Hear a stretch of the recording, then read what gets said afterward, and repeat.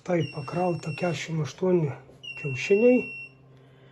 Tuoj sudėsim, viską surinksim. O štai taip atrodo. Datą užrašėm. Žodžiu, tai jau antras pakrovimas. Tai yra antras perėjimas. Štai va viską tuoj sudėsim, kad viskas būtų taip, kaip priklauso. Žodžiu, pajungsim viską. Šiaip nelabai čia man sekasi.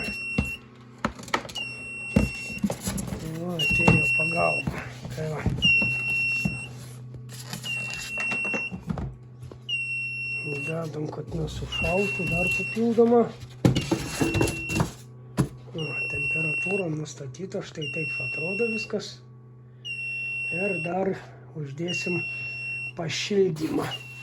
Nes kiaušiniai kambario temperatūros, tai jam reikia laiko. Ir visam šitam reikalui.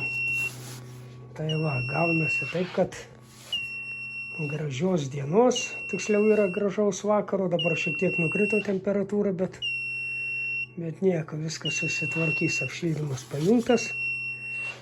Va, čia rodo kiek dienų, viščiukams tai bus 21 diena, nors paprastai rytose anksčiau.